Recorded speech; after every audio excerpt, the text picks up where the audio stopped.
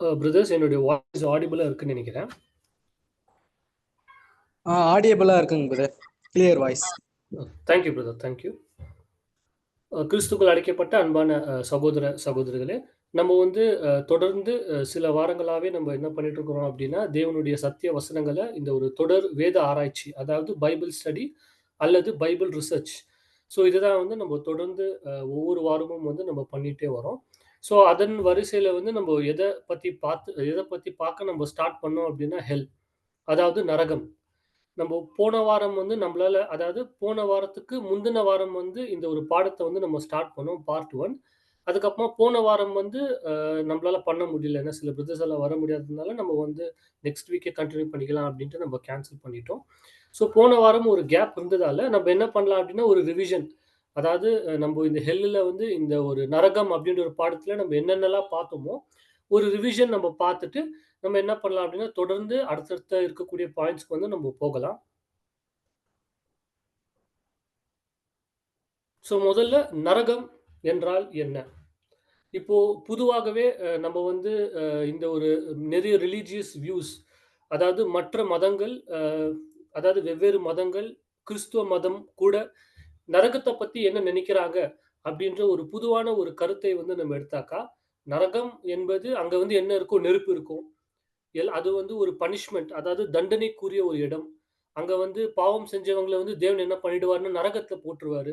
அந்த அக்னி, அந்த ஃபயர் அங்க வந்து இருக்கும். அதுல வந்து என்ன ஆயிட்டு இருப்பாங்க அப்படின்னா, இவங்க சித்திரவதை வந்து அதாவது சதா காலம், எவர்லாஸ்டிங் எவர்லாஸ்டிங்காவே இங்க வந்து அந்த டார்ச்சர வந்து இவங்க அனுபவிக்கணும். அது மாத்திரம் இல்ல, இங்க வரவங்க வந்து சாவாங்களான்னா இவங்களுக்கு சாவே கிடையாது. சதா காலமும் இங்க என்ன பண்ணிருக்கணும் அப்படின்னா, இவங்க வந்து அந்த கஷ்டத்தையும், அந்த ஒரு துன்பத்தையும் இவங்க வந்து அனுபவிச்சுட்டே இருக்கணும் அப்படின்ற ஒரு விஷயத்த வந்து நம்ம பார்த்தோம். அது மாத்திரம் இல்ல, இந்த ஒரு நரகத்துக்கு வந்து அதிபதி யாரு? இந்த நரகத்தோட இன்சார்ஜ் யாரு அப்படின்னா சாத்தான். சாத்தான் தான் நரகத்துடைய ஒரு இன்சார்ஜ். இவர் தான் என்ன பண்ணுவார் அப்படின்னா, நரகத்த வந்து பாதுகாப்பாரு. இவர் தான் நரகத்த வந்து என்ன பண்ணணும் அப்படின்னா, அங்க இருக்கக்கூடிய எல்லாருக்கான இன்சார்ஜ் இவர் தான். இவர் என்ன பண்ணுவாருன்னா, எல்லாருமே வந்து இந்த ஒரு கடாயில போட்டு ஃப்ரை பண்ணுவாரு. கடாயில போட்டு ஃப்ரை பண்ணி, அதுக்கப்புறமா ஒவ்வொருத்தரையும் வந்து சித்திரவதை பண்ணுவாரு. எவ்வளோ வருஷங்கள் வந்து இவரு சித்திரவதை பண்ணுவார் அப்படின்னா, சதா காலம். அதாவது எவர்லாஸ்டிங். எண்டே கிடையாது. அந்த அளவுக்கு இவரு என்ன பண்ணுவாருன்னா, எல்லாருமே வந்து சித்திரவதை பண்ணுவாரு. இதுதான் பொதுவாகவே நரகம், ஹெல் அப்படின்ற ஒரு கான்செப்ட் நம்ம எடுத்துக்கினாக்கா, எல்லா மதமும், எல்லா ரிலிஜியன்ஸும் இதுதான் வந்து பொதுவாகவே பிலீவ் பண்றாங்க. ஒரு விஷயம் கூட நடந்துச்சு. அதாவது தி சிபேரியன் ஹெல் சவுண்ட்ஸ். இந்த ரஷ்யன்ஸ் வந்து என்ன பண்ணாங்கன்னா, ஒரு இத வந்து தோண்டுனாங்க. ஒரு இத அதாவது ஒரு இடத்துல வந்து ரிசர்ச் பண்றதுக்காக நம்ம பூமிய வந்து ரொம்ப எவ்வளோ முடியுமோ அவ்வளோ நம்ம தோண்டி பார்க்கலாம். அப்படின்ற ஒரு ரிசர்ச் அவங்க பண்ணும்போது, தோண்ட தோண்ட அவங்களுக்கு என்ன வந்துச்சா, நரகத்தோடைய சவுண்ட் வந்துச்சாம். சவுண்டுன்னா நெறைய பேர் கத்துற மாதிரி, நெறைய பேர் வேதனைப்படுற மாதிரி, அந்த மாதிரி ஒரு சவுண்ட் வந்து அவங்க ரெக்கார்ட் பண்ணாங்க. ரெக்கார்ட் பண்ணி அது வந்து ரொம்ப வைரலா போச்சு. நெறைய பேருக்கு அது சர்க்குலேட் ஆச்சு. பாஸ்டர்ஸ் வந்து என்ன பண்ணாங்கன்னா, அந்த ஒரு ரெக்கார்டிங்க வந்து யூஸ் பண்ணி கூட சபையில வந்து சர்ச்ல வந்து எப்படி ப்ரீச் பண்ண ஆரம்பிச்சாங்க அப்டின்னா, "பாத்தீங்களா? நரகம் அப்டின்ற ஒரு இடம் வந்து உண்மையாலுமே இருக்கு. நீங்க வந்து தப்பு பண்ணீங்கன்னா, நீங்க பாவம் பண்ணீங்கன்னா, கண்டிப்பா தேவன் வந்து உங்கள நரகத்துல போட்டுருவாரு. உங்களுக்கு நரகம் அப்டின்ற ஒரு விஷயம் உண்மையாலே இருக்கா, இல்லையான்னு நீங்க தெரிஞ்சுக்கணும்னா, நீங்க செத்து பாருங்க. அப்போ உங்களுக்கு தெரியும். நரகம் என்பது இருக்கு அப்டின்றது." அப்படின்னு பாஸ்டருங்க கூட என்ன பண்ணாங்கன்னா, இந்த சர்ச்ல இருக்கக்கூடிய டீச்சர்ஸ், ப்ரீஸ்ட்ஸ் இவங்க எல்லாருமே என்ன பண்ணாங்கன்னா, இத வந்து ஒரு ப்ரூஃபா எடுத்துக்கின்னு சபையில கூட இந்த ஒரு சத்தியத்த வந்து போதிக்க ஆரம்பிச்சாங்க. சரி, இது எல்லாமே உண்மையா? அதாவது நரகம் அப்படின்ற ஒரு இடம் உண்மையாலுமே இருக்கா? அங்க வந்து தேவன் எல்லாருமே போட்டு சித்திரவதை பண்றாரா? அங்க வந்து ஒரு நெருப்பு, ஒரு அக்னிக்கான அது ஒரு இடமா? இப்படின்ற ஒரு நெறைய கேள்விகள் வந்து நமக்கு இருந்துச்சு. சரி, நம்ப என்ன பண்ணலாம் அப்படின்னா, ஒரு எக்ஸாம்பிள் கூட நம்ப பார்த்தோம். இப்போ இந்த கோர்ட்ல ஜட்ஜ் என்ன பண்ணுவாருன்னா, அ இப்போ யாராச்சும் ஒருத்தர் தப்பு பண்ணிட்டாங்க. ஏதோ ஒரு திருட்டு, ஏதோ ஒரு பெரிய லெவலுக்கு ஒருத்தர் திருடிட்டாரு அப்படின்னு நம்ம வச்சுக்கலாம். அவர வந்து நம்ம என்ன பண்ணுவோம் அப்படின்னா, கோர்ட்ல கொண்டு வருவோம். அவருக்கு வந்து என்ன பண்ணுவாங்கன்னா, இம்மீடியட்டா ஜட்ஜ் வந்து மரண தண்டனை குடுக்க மாட்டாரு. அதாவது டெத் பனிஷ்மென்ட் குடுக்க மாட்டாரு. ஃபர்ஸ்ட் அந்த ஜட்ஜ் என்ன பண்ணுவாருன்னா, அவருடைய தப்பு எந்த அளவுக்கு இருக்கு அப்படின்ட்டு செக் பண்ணுவாரு. அத செக் பண்ணிட்டு, அதுக்கு தகுந்த ஒரு தண்டனை தான் அவரு குடுப்பாரு. சரி, அவரு வந்து சப்போஸ் இப்போ ஒருத்தர் வச்சுக்கலாம். ஒருத்தர் வந்து 5 பேர கொலை பண்ணிட்டு வந்துட்டாரு. 5 பேர வந்து அவரு கொலை பண்ணிட்டாரு. ஸோ மிஞ்சி மிஞ்சி போனா அவருக்கு ஜட்ஜ் வந்து என்ன தண்டனை குடுப்பாரு அப்டின்னா, ஒரு மரண தண்டனை. அதாவது டெத் பனிஷ்மென்ட் குடுக்குறாருன்ட்டு வச்சுக்கலாம். நீங்க அங்க கூட பார்த்தீங்கன்னா, டெத் பனிஷ்மென்ட் தான் குடுப்பாங்களே தவிர, அவர இட்டுன்னு போயிட்டு ஜெயில்ல டார்ச்சர் பண்ண மாட்டாங்க. டார்ச்சர் பண்ணி, இப்போ டெத் பனிஷ்மென்ட் கூட பார்த்தீங்கன்னா, ஒரு 5 வருஷமோ இல்ல 2 வருஷமோ வச்சுட்டு, அவர என்ன பண்ணிடுவாங்கன்னா, சாகடிச்சுருவாங்க. அந்த தூக்குல போட்டுருவாங்க. ஹேங் பண்ணிடுவாங்க அவர. பட் ஆனா, நம்மளுடைய தேவன், நம்மளுடைய கடவுள் என்ன பண்றாருன்னா, ஒருத்தர் பாவம் பண்ணிட்டாக்கா, தப்பு பண்ணிட்டாக்கா, அவங்கள நரகத்துல போட்டு, அதாவது சதா காலம் நம்ம ஒரு கால்குலேஷன் கூட நம்ம பண்ணோம். இப்போ சாதாரணமா ஒரு மனுஷனுடைய வாழ்க்கை எவ்வளோ வருஷம் இருக்கு அப்டின்னா, சாதாரணமாவே ஒரு 60 இயர்ஸ். ஒரு 60 வயசு தான் ஆவரேஜ். நம்ம எல்லாருக்குமே 60 வயசு தான் ஆவரேஜ். 60 வயசு வரைக்கும் எல்லாருமே வாழுவாங்க. இந்த 60 வயசுல எவ்வளோ வருஷங்கள் வந்து நம்ம பாவம் பண்றோம் அப்டின்ற ஒரு கால்குலேஷன் வந்து நம்ம எடுக்கலாம்.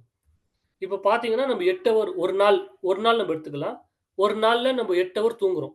8 ஹவர் தூக்கத்துல போயிடுது. 2 ஹவர் என்ன பண்றோம் அப்டின்னா, சாப்பிடுறோம். பிளஸ் மற்ற வேலைகள். சின்ன சின்ன வேலைகள். இன்னொரு 8 ஹவர் நம்ம என்ன பண்றோம்னா, வேலை செய்றோம். நம்ம ஆஃபீஸ் போறோம், வொர்க் பண்றோம், வேலை செய்றோம். அந்த 8 ஹவர்ல நம்ம ஜஸ்ட் ஒரு எக்ஸாம்பிளுக்கு ஒரு 4 ஹவர் வந்து நம்ம பாவம் பண்றோம் அப்டின்னு எடுத்துக்கலாம். ஏன்னா 8 ஹவர் நம்ம வேலை செய்யும்போது, அந்த ஆஃபீஸ் வொர்க் பிளேஸ்ல கூட நம்ம என்ன பண்ணுவோம், பொய் சொல்லுவோம். இல்ல யார்கிட்டயாச்சும் சண்டை போடுவோம். இல்ல ஏதாச்சும் நம்போ தவறான ஏதாச்சும் மிஸ்டேக்ஸ் ஏதாச்சும் பண்ணுவோம். இது எல்லாமே ஒரு டைமிங்கா நம்ம எடுத்துக்கின்னு, ஒரு எக்ஸாம்பிள்க்கு ஒரு 4 ஹவர் இந்த 8 ஹவர் வேலை பண்ணக்கூடிய டைம்ல வந்து 4 ஹவர் நம்ம பாவம் செய்றோம் அப்படின்னு நம்ம வச்சுக்கலாம். இப்ப நெக்ஸ்ட்டு மிச்சம் ஒரு 6 ஹவர் இருக்கு. இப்ப இந்த 6 ஹவர் நம்ம என்ன பண்றோம் அப்படின்னா, நம்மளுடைய பர்சனல் ஒர்க் ஏதாச்சும் பண்றோம். அல்லது டிராவல் இல்ல நம்ம என்டர்டெயின்மென்ட்ஸ் ஏதாச்சும் பார்க்குறோம். ஸோ ஒரு நாள்ல வந்து 24 மணி நேரம் இருக்கு.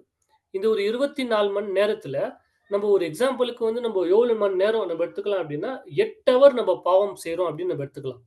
அதாவது 24 ஹவர்ஸ்ல மற்ற வேலைகள் எல்லாமே நம்ம எடுத்துட்டு, ஒரு 8 ஹவர் தான் வந்து ஒரு நாளைக்கு வந்து 8 ஹவர் நம்ம பாவம் செய்றோம் அப்டின்னு நம்ம வச்சுக்கலாம். அதாவது 8 ஹவர்ஸ். ஒரு நாளைக்கு வந்து 8 ஹவர்ஸ் வந்து நம்ம சின் பண்றோம் அப்டின்னு நம்ம வச்சுக்கலாம்.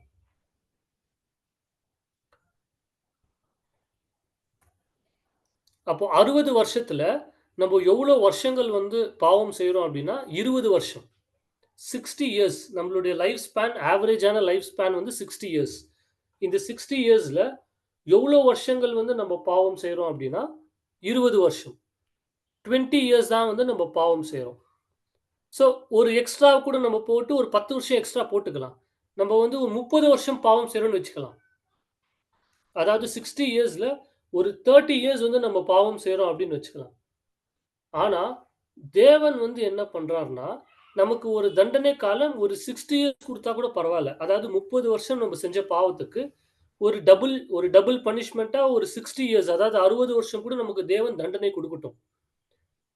ஆனா, தேவன் என்ன பண்றார்ன்னா, நம்மள சதா காலம் நித்திய நித்தியத்துக்கும் நம்மள என்ன பண்றாராம், நரகத்துல போட்டு டார்ச்சர் பண்றாராம். சகோதர, சகோதரிகளே, உலகத்துல கூட இந்த மாரி பண்ண மாட்டாங்க. அதாவது சாதாரணமான ஒரு மனுஷன் இப்போ கோர்ட்ல ஜட்ஜ்லாம் இருக்கிறாங்க. அவங்களுக்கு கூட கொஞ்சமாவது ஈவு இரக்கம் அப்படின்ற ஒரு விஷயம் வந்து இருக்கும். இப்போ நம்மளுடைய தேவன், அதாவது நம்மளுடைய கடவுள வந்து நம்ம என்ன சொல்றோம் அப்படின்னா, ரொம்ப அன்பான தேவன். ஒரு வசனம் கூட இருக்கும். சங்கீதம் 89:14 19 படிக்கிறீங்களா தமிழ்ல? ஸ்க்ரீன்ல இருக்கு. சாம்ஸ் 89:14.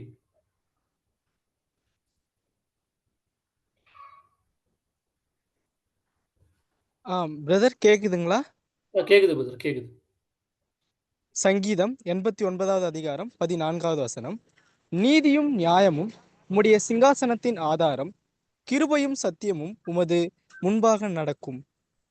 அதாவது தேவன் எப்படிப்பட்ட தேவன் அப்படின்னா, நீதி மற்றும் நியாயம் justice and judgment are the habitation of thy throne. அதாவது இந்த நீதி நியாயம் தான் தேவனுடைய அந்த சிங்காசனம் இருக்கு இல்லையா? அந்த சிங்காசனத்துக்கு ஒரு ஃபவுண்டேஷன். அதாவது தேவன் எந்த விஷயம் செஞ்சாலும், அந்த விஷயத்துல வந்து நீதி மற்றும் நியாயம் இருக்கும்.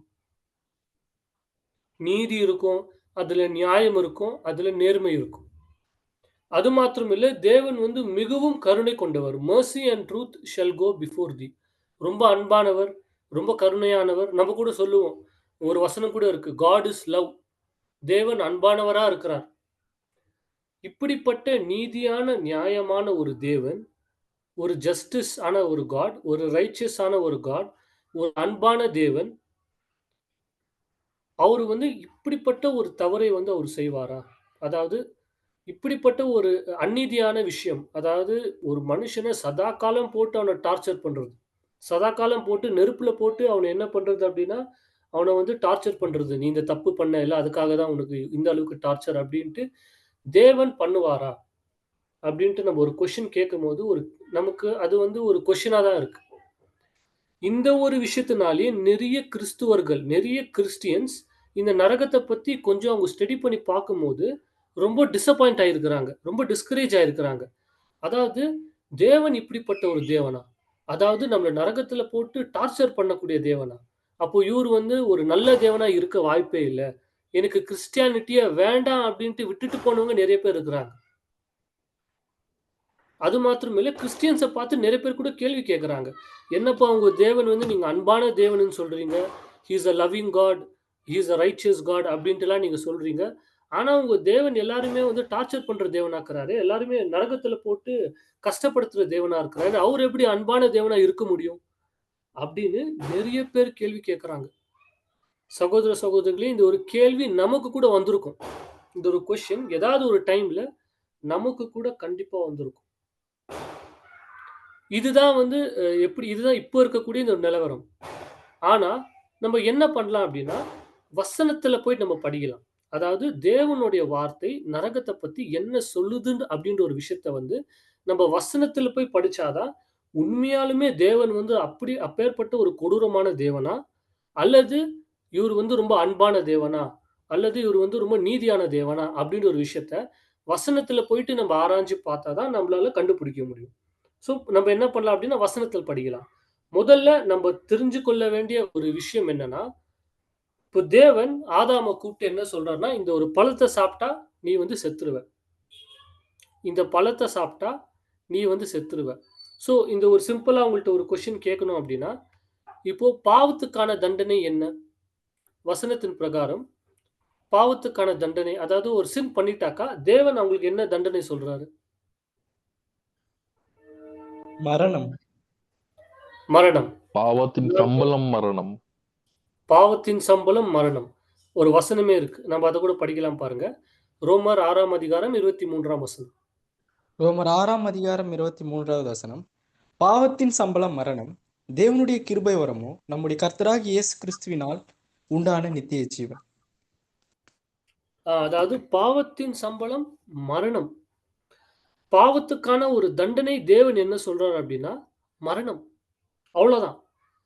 பாவத்துக்கான சம்பளம் நித்தியத்துக்கும் தேவன் வந்து அந்த ஒரு ஆக்கினையில போட்டு டார்ச்சர் பண்ணுவாரு. அப்டின்ட்டு இங்க கிடையாது. வசனத்துல அப்டி இல்ல. வசனமானது சிம்பிளா என்ன சொல்லுது அப்டின்னா, பாவத்துக்கான சம்பளம் மரணம். அவ்வளோதான். இப்போ நம்போ இப்போ இந்த பாவத்துக்கான சம்பளம் மரணம் அப்படின்னு பார்க்கும்போது, அப்போ எப்படி இந்த ஒரு கான்செப்ட் அதாவது நரகம் அப்படின்னா எல்லாருமே போட்டு எரிக்கிற ஒரு விஷயம். தேவன் வந்து பாவம் செய்றவங்கள வந்து நரகத்துல போட்டுருவாரு. அப்படின்ற ஒரு விஷயம் வந்து எங்கத்துலருந்து வந்துச்சு அப்படின்ட்டு கொஞ்சம் நம்ம ஆராய்ஞ்சு பார்க்கலாம்.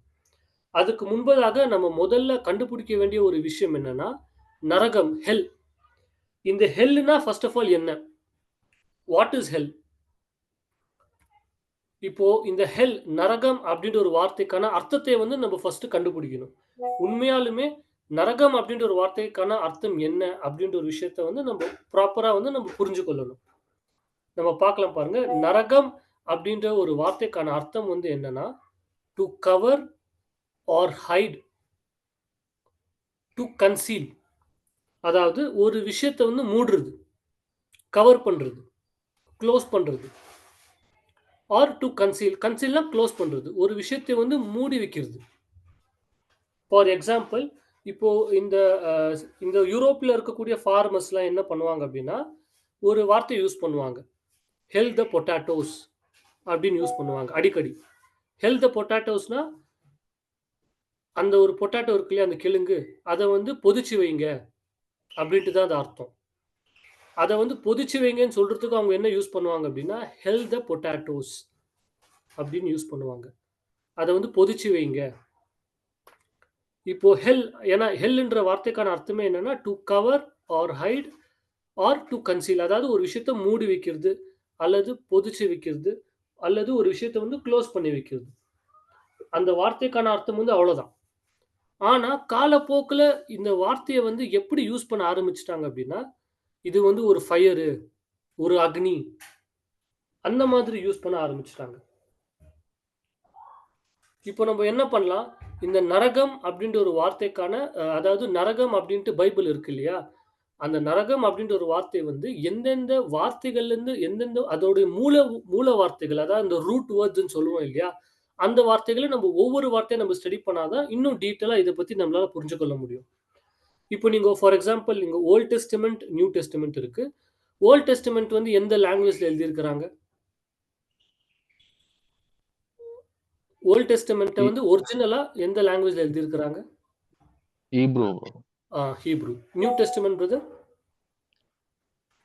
லாட்டின், நியூ டெஸ்டமென்ட் வந்து லாட்டின் கிடையாது, கிரீக்.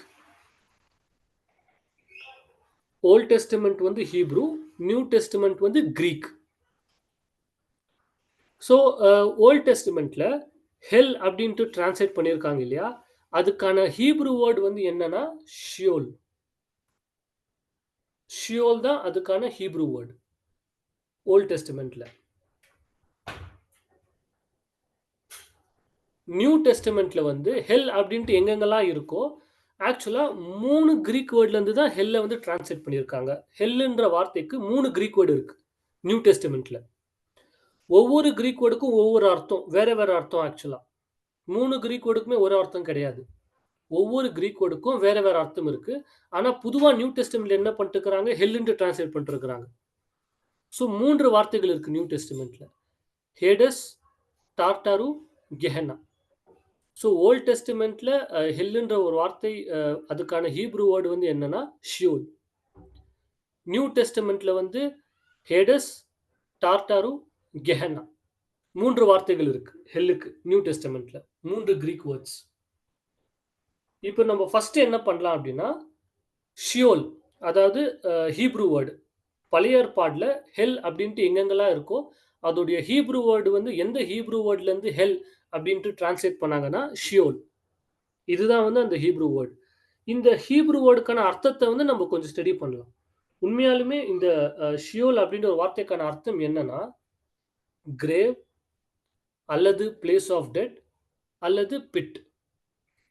கல்லறை, செத்து போனவங்களுடைய இடம் அல்லது குழி, பிட். இந்த ஷியோல் அப்படின்ற வார்த்தைக்கான அர்த்தம் இதுதான். சிம்பிளா சொல்லணும் அப்படின்னா ஒரு கல்லறை அல்லது ஒரு குழி அல்லது ஒரு பாதாளம். Grave, place of the dead, pit. அவ்வளோதான் ஷியோல் வார்த்தைக்கான அர்த்தம். இது வந்து சில இடங்கள்ல எப்படி டிரான்ஸ்லேட் பண்ணியிருக்காங்க அப்படின்னா, அதாவது இந்த ஷியோல் அப்படின்ற ஒரு ஹீப்ரு வார்த்தையை ஓல்ட் டெஸ்டமெண்ட்ல சில இடங்கள்ல ஹெல் அப்படின்னு டிரான்ஸ்லேட் பண்ணியிருக்கிறாங்க. சில இடங்கள்ல கிரேவ் அப்படின்னு டிரான்ஸ்லேட் பண்ணியிருக்கிறாங்க. சில இடங்கள்ல வந்து பிட் அப்படின்னு டிரான்ஸ்லேட் பண்ணியிருக்காங்க.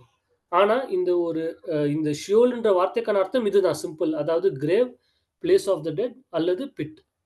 ஒரு கல்லறை அல்லது ஒரு குழி அல்லது ஒரு பாதாளம். ஒரு வசனத்தை கூட நம்ம வாசிக்கலாம் பாருங்க. இங்க சங்கீதம் Sam's 9th chapter 17th verse. இங்கிலீஷ்ல வந்து நான் படிக்கிறேன், இங்க இருக்கு. The wicked shall be turned into hell and all the nations that forget God. இப்போ இங்க நீங்க பாத்தீங்கன்னா இதை வந்து எப்படி டிரான்ஸ்லேட் பண்ணியிருக்காங்கன்னா கேஜேவில நரகம் அப்படின்ட்டு டிரான்ஸ்லேட் பண்ணியிருக்கிறாங்க. அதாவது இந்த பொல்லாப்பு செய்கிறவர்கள், அதாவது கெட்டவர்கள் வந்து என்ன பண்ணிடுவாங்கன்னா நரகத்துக்கு போயிடுவாங்க அப்படின்னு இங்க டிரான்ஸ்லேட் பண்ணியிருக்காங்க கேஜேவி வெர்ஷன்ல. இதே ஒரு வசனத்தை நீங்க என்ஐவி வெர்ஷன்ல வந்து நீங்க பாத்தீங்கன்னா the wicked return to the grave. அதாவது இந்த பொல்லாதவர்கள் அல்லது கெட்டவர்கள் எங்க போயிடுவாங்கன்னா கல்லறைக்கு போயிடுவாங்க அப்படின்னு டிரான்ஸ்லேட் பண்ணியிருக்காங்க. சகோதர சகோதரிகளே, இப்போ நம்ம இப்போ நீங்களே சொல்லுங்க, இந்த இடத்துல நம்ம ஹெல்லுன்னு எடுத்துக்கணுமா இல்ல கிரேவ்னு எடுத்துக்கணுமா? கிரேவ்னு எடுத்துக்கணும் பிரதர். அப்போ ஹெல்லுன்னு எடுத்துக்க கூடாதா பிரதர்?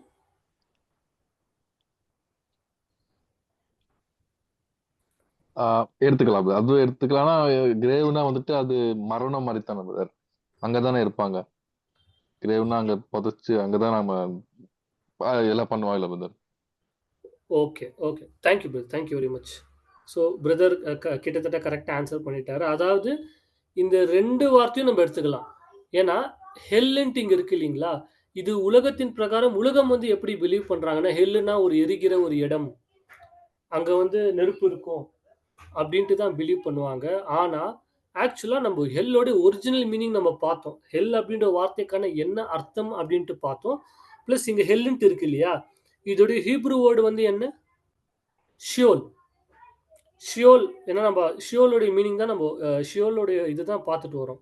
ஸோ நம்ம இங்கே பார்த்தோம் இல்லையா, ஷியோல்ன்ற வார்த்தை சில இடங்களில் ஹெல்லுன்ட்டு டிரான்ஸ்லேட் பண்ணியிருக்கிறாங்க, சில இடங்களில் கிரேவ்ன்ட்டு டிரான்ஸ்லேட் பண்ணியிருக்கிறாங்க, சில இடங்களில் பிட் அப்படின்ட்டு டிரான்ஸ்லேட் பண்ணியிருக்கிறாங்க. ஆனால் 3 வார்த்தைகளுக்கும் ஒரே அர்த்தம் தான், சேம் மீனிங். டிரான்ஸ்லேட்டர்ஸ் பண்ணுறாங்க இல்லையா, டிரான்ஸ்லேட் பண்ணியிருக்காங்க இல்லையா, அவங்களுக்கு தான் கன்ஃபியூஷன். அதனால தான் ஒரு டிரான்ஸ்லேட்டர் நீங்கள் பார்த்தீங்கன்னா ஹெல்லுன்ட்டு போட்டிருக்கிறாரு. ஏன்னா இப்போ நம்மளுடைய இந்த உலகத்தில் இருக்கக்கூடிய நம்பிக்கை பிரகாரம் கெட்டவங்க எங்கே போவாங்க, நரகத்துக்கு போயிடுவாங்க அப்படின்ட்டு அவர் அந்த மீனிங்ல இதை போட்டிருக்கிறாரு. ஆனால் இன்னொரு டிரான்ஸ்லேட்டர் பார்த்தீங்கன்னா சிம்பிளாக கிரேவ், கல்லறைன்ட்டு போட்டிருக்கிறாரு. பட் ஒரிஜினலாகவே இந்த 2 வார்த்தைகளோட அர்த்தமே ஒன்று தான். அதாவது நரகம் அப்படின்னும் போது, நரகம் அப்படின்ற ஒரு இடம் இருக்கான்னு கேட்டாக்கா, கண்டிப்பா நரகம் அப்படின்ற ஒரு இடம் வந்து இருக்கு. ஆனா உலகத்துல நம்புறாங்க இல்லையா, இந்த எரிகிற அக்னி, சாத்தான் வந்து எல்லாரையும் போட்டு டார்ச்சர் பண்ணுவாரு, அந்த மாதிரி ஒரு இடம் கிடையாது.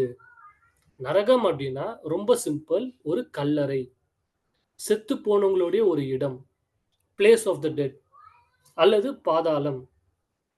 ஏன்னா நரகம் அப்படின்ற வார்த்தைக்கான அர்த்தத்தை நம்ம பார்க்கும்போது, to cover or hide or to conceal, ஒரு விஷயத்தை க்ளோஸ் பண்ணி வைக்கிறது. யூஸ்வலாக செத்து போனவங்க நம்ம என்ன பண்ணுவோம், புதைச்சு அவங்களை க்ளோஸ் பண்ணி வைப்போம். அதுதான் நரகம் அப்படின்ற ஒரு வார்த்தைக்கான அர்த்தம். காலப்போக்கில் இந்த ஒரு அர்த்தத்தையே சேஞ்ச் பண்ணிட்டாங்க. இப்போ நம்ம வேறு சில விஷயங்கள் கூட பார்க்கலாம் பாருங்க. Genesis 37th chapter 35th verse, இதை கூட நம்ம பார்க்கும்போது இங்கே நீங்கள் பார்த்தீங்கன்னா, I will continue to mourn until I join my son in the grave. இது வந்து என்ஐவி வெர்ஷன். என்ஐவி வெர்ஷனில் வந்து என்னென்னே போட்டிருக்காங்க அப்படின்னா, அதாவது இந்த கிரேவ் அப்படின்ற ஒரு வார்த்தையை வந்து ஷியோல், ஷியோல் அந்த ஒரிஜினல் ஹீப்ரு வேர்ட் ஷியோலா தான் இங்கே கிரேவ்ன்ட்டு டிரான்ஸ்லேட் பண்ணியிருக்காங்க. ஸோ இங்கே கூட நீங்கள் பார்த்தீங்கன்னா அந்த வார்த்தையை வந்து கிரேவ்ன்ட்டு தான் இங்கே வந்து டிரான்ஸ்லேட் பண்ணியிருக்காங்க. இப்போ அதே மாதிரி ஆர்எஸ்வி வெர்ஷன் இதே வசனத்தை, அதாவது இந்த என்ஐவி வெர்ஷனில் நம்ம படித்தோம், ஆர்எஸ்வி வெர்ஷனில் என்ன பண்ணியிருக்காங்கன்னா டைரெக்டாக ஷியோல்ன்ட்டே போட்டிருக்காங்க. ஏன்னா அந்த டிரான்ஸ்லேட்டருக்கே கன்ஃபியூஷன் ஆயிடுச்சு, நம்ம வந்து இங்கே ஹெல்லுன்ட்டு போடணுமா இல்லை கிரேவ்ன்ட்டு போடணுமான்ட்டு கன்ஃபியூஸ் ஆகிட்டு அவர் என்ன பண்ணுறாருன்னா, சரி நம்ம கன்ஃபியூஷனே வேண்டாம், டைரெக்டாக அந்த ஒரு ஹீப்ரு வேர்டே நம்ம இங்கே போட்டுக்கலாம், படிக்கிறவங்க வந்து இதை படித்து புரிஞ்சுக்கிட்டோம் அப்படின்ட்டு இந்த டிரான்ஸ்லேட்டர் என்ன பண்ணிட்டாருன்னா ஷியோல்ன்ட்டு இங்கே போட்டுட்டாரு, அந்த கன்ஃபியூஷன் இருந்ததால். இப்போ ஷியோலுடைய ஒரிஜினல் மீனிங் என்ன, ஒரு கல்லறை அல்லது செத்து போனவங்களுடைய ஒரு இடம் அல்லது ஒரு குழி, அவ்வளோதான். ஸோ நம்மளுடைய ஒரு நம்பிக்கை வந்து என்னவாக இருந்துச்சுன்னா, செத்தவங்களை என்ன பண்ணுவாங்க, நரகத்தில் போயிட்டு அந்த அக்னியில் வந்து அவங்க கஷ்டப்படுவாங்க அப்படின்ட்டு பார்த்தோம். அங்கே வந்து சப்போஸ் இப்போ நரகம் அப்படின்ட்டு உலகம் நம்புற மாதிரி எப்படிப்பட்ட ஒரு இடம்னா, அங்கே சவுண்ட் வந்துட்டே இருக்கும். இப்போ நான் கூட சொன்னேன் முன்னாடியே, அதாச்சும் ஒருத்தவங்க வந்து தோண்டிகிட்டே இருந்தாங்க, அந்த ஒரு பூமியை தோண்டிகிட்டே இருக்கும்போது சடனாக எல்லாரும் கத்துற சவுண்டெல்லாம் வந்துச்சு. ஸோ பொதுவாகவே இப்போ உலகம் நம்புகிற பிரகாரம் நரகம் வந்து எப்படி இருக்கும், ரொம்ப சத்தமாக இருக்கும். ஆனால் நரகம் எப்படி இருக்கு அப்படின்ட்டு நம்ம வந்து ஒரு வசனத்தை படிக்கலாம் பாருங்க. சங்கீதம் 31ஆம் அதிகாரம் 17ஆம் வசனம். Psalms 31:17 verse. தமிழில் படிக்கிறீங்களா brother? தமிழில் இங்கே இல்லை. Yes brother.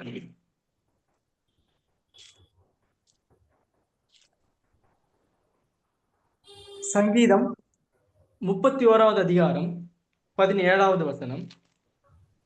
கர்த்தாவே, உம்மை நோக்கி கூப்பிட்டேன், நான் வெட்கப்பட்டு போகாதபடி செய்யும். துன்மார்க்கர் வெட்கப்பட்டு பாதாளத்தில் மௌனமா இருக்கட்டும். அதாவது பாதாளத்தில் தமிழ் எப்படி டிரான்ஸ்லேட் பண்ணியிருக்காங்கன்னா பாதாளம் அப்படின்னு டிரான்ஸ்லேட் பண்ணியிருக்காங்க. துன்மார்க்கன் பாதாளத்தில் எப்படி இருக்கணுமா, அமைதியா இருக்கணுமா. இப்போ நம்ம போன ஒரு டிரான்ஸ்லேஷன்ல பார்த்தோம். நம்ம பார்க்கலாம் பாருங்க. இப்போ இந்த கேஜேவி டிரான்ஸ்லேஷன்ல துன்மார்க்கன் அதாவது விக்கெட் இவங்க எங்க போவாங்கன்னா ஹெல்லுக்கு போவாங்க அப்படின்ட்டு இங்க வசனம் இருக்கு. இப்போ இவங்க ஹெல்லுக்கு போனாங்கன்னா என்ன எப்படி இவங்களுக்கு என்ன நடக்கணும் அப்படின்னா இவங்க சித்திரவதை அனுபவிக்கணும். இவங்க ரொம்ப கஷ்டப்படணும். ரொம்ப கத்துவாங்க. ஏன்னா ஹெல்லுல எப்படி இருக்கும்? நெருப்பாவே இருக்கும். ஆனா அதே விஷயத்த இந்த வசனத்த நீங்க பார்த்தீங்கன்னா, துன்மார்க்கன் the wicked shall be put to shame dumbfounded to Sheol. தமிழ்ல எப்படி இருந்துச்சு அப்படின்னா, அ பாதாளம். துன்மார்க்கன் வந்து பாதாளத்துல வந்து தேவன் போட்டுருவாரு. பாதாளம் வந்து எப்படிப்பட்ட ஒரு இடம்?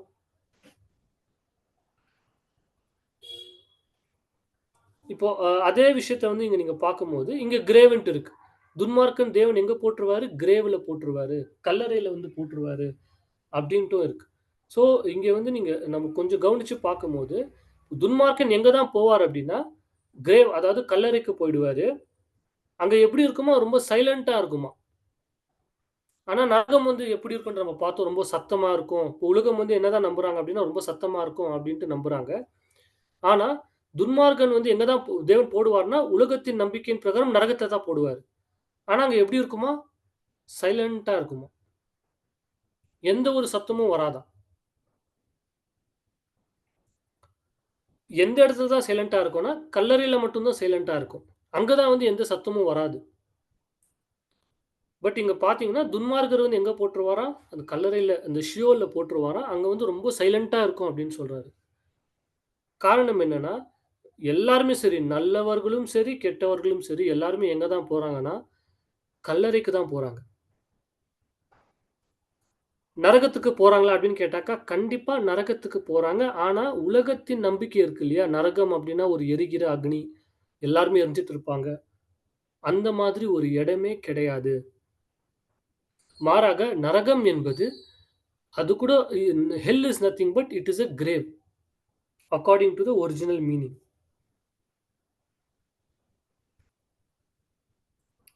ஸோ நரகம் மற்றும் இந்த ஒரு கல்லறை அப்படின்ற ஒரு விஷயம் 2மே ஒண்ணா அப்படின்னு கேட்டாக்கா, கண்டிப்பா 2மே ஒண்ணு தான். நரகம் அப்படின்றது ஒரு ஒண்ணும் கிடையாது. அது வந்து ஒரு கல்லறை, அல்லது ஒரு குழி, அல்லது ஒரு பாதாளம்.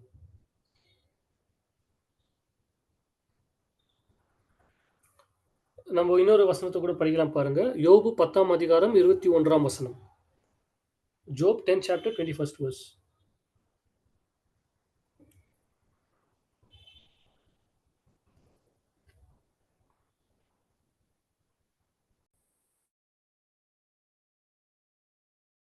பார்த்தீங்கன்னா தமிழ்ல படிக்கிறீங்களா அது? Yes brother. யோபு 10ஆம் அதிகாரம் 21வது வசனம். காரிருளும் மரணமான இருண்ட சேதமும் இருள் சூழ்ந்த ஒழுங்கில்லாத மரணம் தகாரமுள்ள தேசமும் ஒளியும் இருளாகும் தேசமுமாகிய போனால் திரும்பி வராத தேசத்துக்கு நான் போகும் முன்னே. அதாவது அந்த ஒரு இடம், அதாவது செத்து போனவங்க ஒரு இடத்துக்கு போவாங்க இல்லையா? அந்த ஒரு இடமானது எப்படி இருக்கும் அப்படின்னா, ரொம்ப இருட்டா இருக்கும். டார்க்னஸ். ஒரு இருட்டான இடம். ஏன்னா, அது என்னன்னா ஒரு கல்லறை. அங்க ஏதாச்சும் பார்க்க முடியுமா? அப்படின்னா ஒண்ணுமே பார்க்க முடியாது. அது வந்து ஒரு பிளேஸ் ஆஃப் சைலன்ஸ். அடுத்த வசனத்த கூட பார்க்கும்போது இருக்கு பாருங்க. "The dead praise not the Lord neither any that go down into silence." படிங்க பிரதர். சங்கீதம் 100 அதாவது 115ஆம் அதிகாரம் 17ஆம் வசனம். ஸ்கிரீன்ல இருக்க வசனம். சங்கீதம் 115வது அதிகாரம் 17வது வசனம். மரித்தவர்களும் மௌனத்தில் இறங்குகிற அனைவரும் கர்த்தரை துதியார்கள். ஆ. அதாவது மரித்தவர்கள் வந்து என்ன மாதிரி ஒரு நிலைமைக்கு போயிடுறாங்க அப்படின்னா, மௌனம், சைலன்ஸ். அங்க போயிட்டு கர்த்தர வந்து அவங்களால துதிக்க முடியுமான்னு கேட்டாக்கா முடியாது. ஏன்னா, அவங்க எல்லாரும் செத்து போயிட்டாங்க. ஒரு அமைதிக்குள்ள போயிடுவாங்க. ஸோ, இந்த ஒரு நரகம் அல்லது இந்த ஒரு கல்லறை எப்படிப்பட்ட இடம் அப்படின்னா, ஒரு அமைதலான ஒரு இடம். ஒரு சைலன்ஸான ஒரு இடம். அடுத்த வசனத்த நம்ம படிக்கும்போது கூட சங்கீதம் 88ஆம் அதிகாரம் 11, 12. சங்கீதம் 88வது அதிகாரம் 11-12 வசனங்கள்.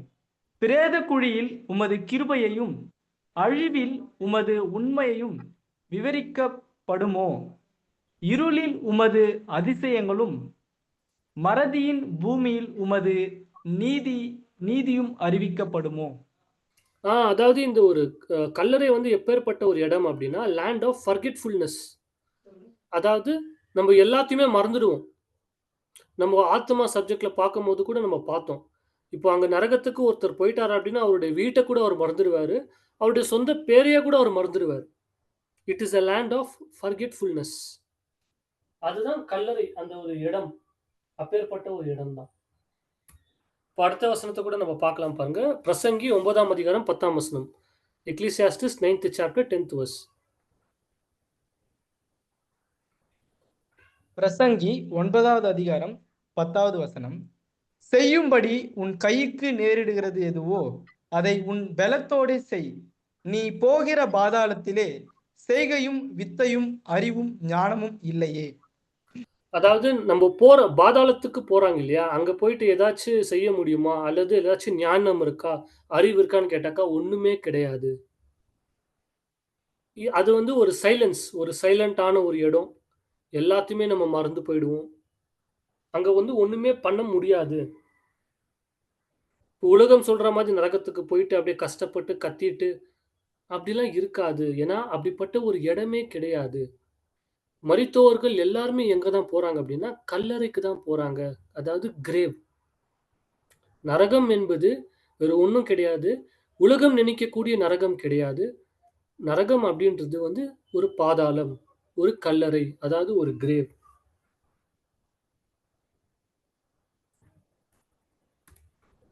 ஸோ இந்த ஒரு ஷியோல் அப்படின்ற ஒரு வார்த்தை வந்து நம்ம ஸ்டார்ட்டிங்லேயே பார்த்த மாதிரி அந்த ஒரு வார்த்தைக்கான அர்த்தம் என்னன்னா, ஒரு கல்லறை அல்லது இறந்து போனவங்களுடைய ஒரு இடம் அல்லது ஒரு குழி அல்லது ஒரு பாதாளம், ஒரு பிட் அப்படின்ட்டு நம்ம பார்த்தோம். ஸோ இது வேற ஒண்ணும் கிடையாது. ஷியோல் அல்லது இந்த ஹெல் அப்படின்றது ஒரு ஸ்டேட் ஆஃப் டெத். மரித்து போன ஒரு நிலை. மரித்து போனவர்கள நம்ம என்ன பண்ணிடுவோம்? அடக்கம் பண்ணிடுவோம். அதாவது அவங்கள வந்து புதைச்சிருவோம். அந்த ஒரு நிலை தான் இந்த ஒரு ஷியோல் அல்லது ஒரு ஹெல்.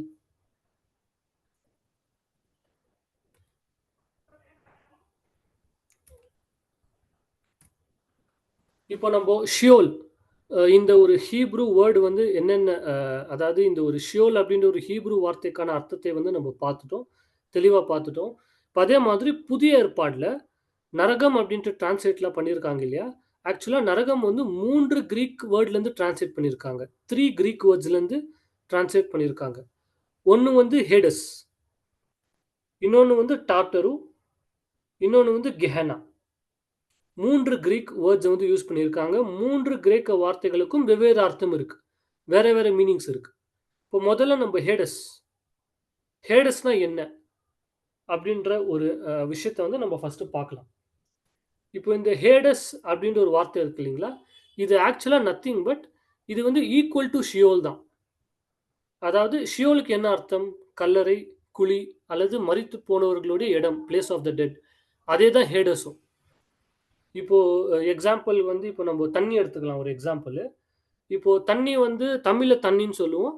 இங்கிலீஷ்ல வந்து நம்ம அதே வந்து வாட்டர்ன்னு சொல்லுவோம். அதே மாதிரி தான். இந்த கல்லறை அல்லது மரித்து போனவர்களுடைய இடம், அதோடைய ஒரிஜினல் வார்த்தை வந்து என்னன்னா, ஓல்ட் டெஸ்டமெண்ட்ல வந்து ஷியோல், நியூ டெஸ்டமெண்ட் வந்து ஹேடஸ். 2 வேற வேற வார்த்தைகள், வேற வேற மொழி. ஆனா அர்த்தம் வந்து ஒண்ணு தான். ஹேடஸ் அப்படின்றதும் என்னதான் அர்த்தம்னா கல்லறை, கிரேவ். ஸோ ஹேடஸும் வந்து அதே தான். இப்போ நான் வந்து இப்போ உங்கள்கிட்ட வந்து ஒரு கொஸ்டின் கேட்குறேன். இயேசு கிறிஸ்து வந்து நரகத்துக்கு போனாரா? ஜீசஸ் கிரைஸ்ட் வந்து நரகத்துக்கு போனாரா? ஏன்னா இப்போ இயேசு கிறிஸ்து செத்து போறாரு. செத்து போயிட்டு அந்த 3 நாள் வந்து எங்க இருக்கிறாருன்னா, கல்லறையில 3 நாள் வந்து கல்லறையில இருந்தாரா? நரகத்துல இருந்தாரா? இயேசு கிறிஸ்து. இப்போ இப்போ இவ்வளோ நம்ம பாடத்த பார்த்தோம். நீங்க கரெக்ட்டா அந்த ஒரு கான்செப்ட் அண்டர்ஸ்டாண்ட் பண்ணியிருந்தீங்கன்னா, இதுக்கான ஆன்ஸர கரெக்ட்டா சொல்லிடுவீங்க. இயேசு கிறிஸ்து 3 நாள் கல்லறையில இருந்தாரா? கல்லறையில இருந்தாரா? இல்ல ஹெல்லுல இருந்தாரா? நரகத்துல இருந்தாரா? ஏன்னா இயேசு கிறிஸ்து செத்து போறாரு இல்லைங்களா? அவர வந்து அடக்கம் பண்றாங்க. ஸோ அவரு கல்லறையில இருந்தாரா? இல்ல நரகத்துல இருந்தாரா? கல்லர் அப்போ இயேசு கிறிஸ்து நரகத்துக்கு போலியா?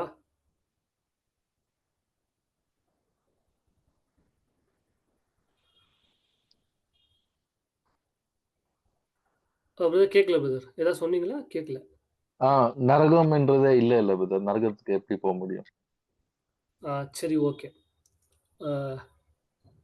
நம்ம வந்து அந்த ஒரு வசனத்தை படிக்கலாம் பாருங்க. சங்கீதம் 16ஆம் அதிகாரம் 10ஆம் வசனம். Psalm 16 chapter 10th verse. இங்கிலீஷ்ல படிக்கிறேன். For thou wilt not leave my soul in hell, neither wilt thou suffer thine holy one to see corruption. இங்கிலீஷ்ல வந்து ஹெல்ன்ட்டு இருக்கு. அதாவது பழைய ஏற்பாடுல ஷியோல் பார்த்தோம். ஷியோல தான் ஹெல்ன்ட்டு டிரான்ஸ்லேட் பண்ணியிருக்காங்க. இந்த வசனம் இங்கிலீஷ்ல வந்து ஹெல்ன்ட்டு இருக்கு கேஜேவில. தமிழ்ல ஒரு வாட்டி படிக்கலாம். சங்கீதம் 16ஆம் அதிகாரம் 10ஆம் வசனம். சங்கீதம் 16ஆம் அதிகாரம் 10வது வசனம்.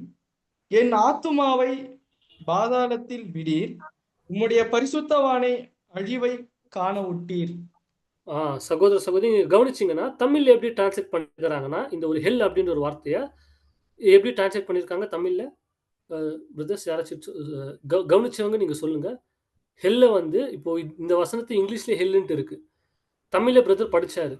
ஸோ யாராச்சும் கவனிச்சிங்களா தமிழ்ல என்ன டிரான்ஸ்லேட் ஆயிருக்கு அப்படின்ட்டு? இன்னொரு படிங்க வசனத்தை தமிழ்ல. சங்கீதம் 16ஆம் அதிகாரம் 10ஆம் வசனம். என் ஆத்துமாவை பாதாளத்தில் விடீர், உம்முடைய பரிசுத்தவானை அழிவை காண விட்டீர். ஓகே, இப்போ கவனிச்சிங்களா பிரதர்ஸ்? ஹெல்ன்ற வார்த்தை பாதாளம் பிரதர். கரெக்ட். அதாவது தமிழ்ல எப்படி டிரான்ஸ்லேட் பண்ணியிருக்காங்கன்னா பாதாளம் என்று டிரான்ஸ்லேட் பண்ணியிருக்காங்க. ஏன்னா 2 வார்த்தைக்கான அர்த்தமும் ஒண்ணுதான். ஆக்சுவலா அந்த ஷியோல் அந்த வார்த்தைக்கான அர்த்தமே என்னன்னா பாதாளம் தான். பாதாளம் அல்லது கல்லறை. பட் இங்கிலீஷ்ல வந்து ஹெல்ன்ட்டு போட்டிருக்காங்க. தமிழ்ல வந்து கிளியரா பாதாளம் அப்படின்ட்டு டிரான்ஸ்லேட் பண்ணியிருக்காங்க. இப்போ நம்மளுடைய கேள்வி என்னன்னா இயேசு கிறிஸ்து நரகத்துக்கு போனாரா இல்லையா அப்படின்ற ஒரு கேள்விதான். இப்போ இந்த வசனத்துல பாருங்க, இது இயேசு கிறிஸ்து பத்தி பேசுற ஒரு வசனம் தான். இந்த ஒரு வசனத்தை வந்து இங்கிலீஷ்ல நான் படிக்கிறேன் first. Acts 2nd chapter 27th verse KJV versionல. Because thou wilt not leave my soul in hell. அதாவது ஹேடஸ் என்ற ஒரு வார்த்தை கிரீக்கோட தான் ஹெல்ன்ட்டு டிரான்ஸ்லேட் பண்ணியிருக்காங்க. Because thou wilt not leave my soul in hell, neither wilt thou suffer thine holy one to see corruption.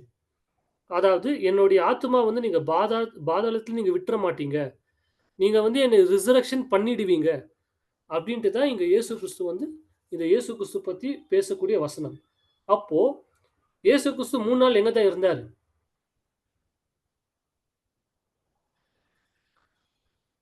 நம்ம என்ன ஒரு வாட்டி தமிழ்ல படிக்கலாம் மறுபடியும். Acts 2nd chapter 22nd verse brother. அப்போஸ்தலர் 2ஆம் அதிகாரம் 27வது வசனம். என் ஆத்துமாவை பாதாளத்தில் விடீர், உம்முடைய பரிசுத்தர் அழிவை காண விட்டீர். அதாவது தமிழ்ல மறுபடியும் எப்படி டிரான்ஸ்லேட் பண்ணியிருக்காங்கன்னா பாதாளம் அப்படின்னு டிரான்ஸ்லேட் பண்ணியிருக்காங்க. இங்கிலீஷ்ல வந்து ஹெல்ன்ட்டு டிரான்ஸ்லேட் பண்ணியிருக்காங்க.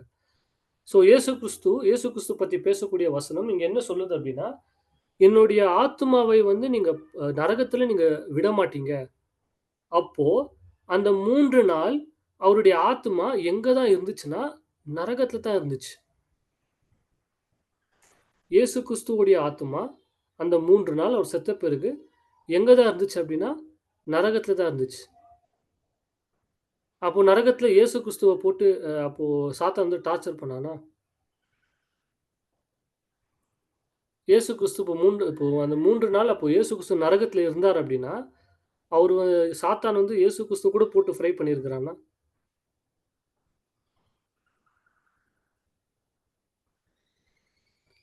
இல்ல சகோதர சகோதரிகளே. ஏன்னா நம்ம என்ன பார்த்தோம், இந்த நரகம் அப்படின்ற ஒரு வார்த்தைக்கான அர்த்தமே நம்ம என்ன பார்த்தோம்னா அது வேற ஒண்ணும் இல்ல, கல்லறை, பாதாளம். அந்த ஒரு 3 நாள் இயேசு கிறிஸ்து எங்க தான் இருந்தாரு? கல்லறையில தான் இருந்தாரு, பாதாளத்துல தான் இருந்தாரு. அதுதான் வந்து இங்க ஹெல்ன்ட்டு டிரான்ஸ்லேட் பண்ணியிருக்காங்க. இப்போ கொஞ்சம் நீங்க யோசிச்சு பாருங்க.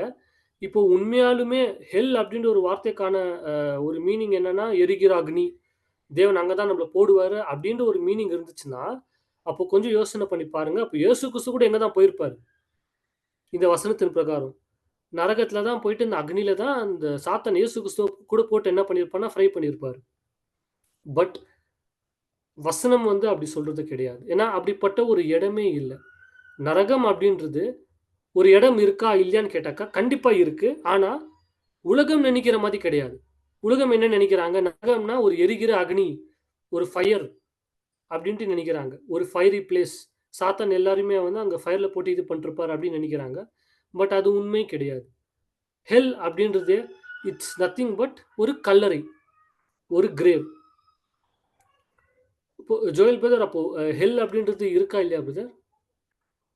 இருக்கு பிரதர். இருக்கு. பட் உலகம் சொல்ற மீனிங் கிடையாது. ஆமா ஆமா brother. உலகம் சொல்ற மீனிங் கிடையாது. அது வந்து ஒரு கல்லறை. அதாவது இட்ஸ் நத்திங் பட் ஒரு கிரேவ். அதுதான் வந்து இந்த ஒரு ஹெல்லுக்கான அர்த்தம்.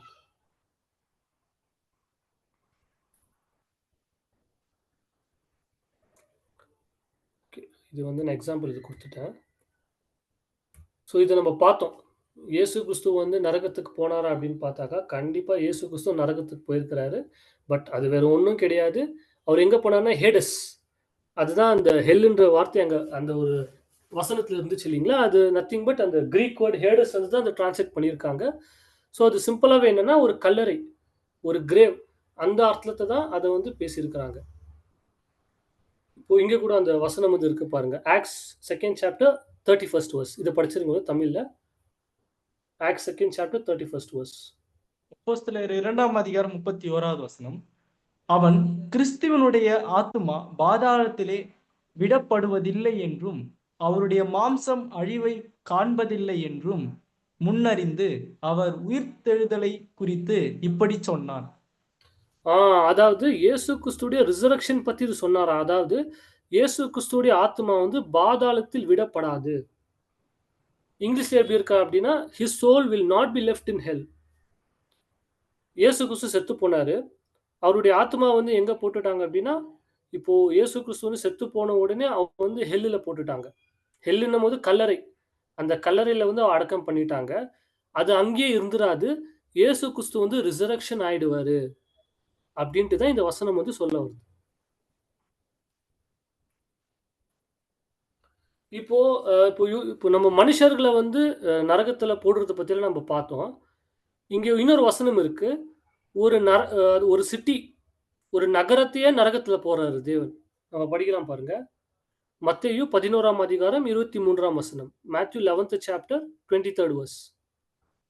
மத்தேயு 11வது அதிகாரம் 23வது வசனம்.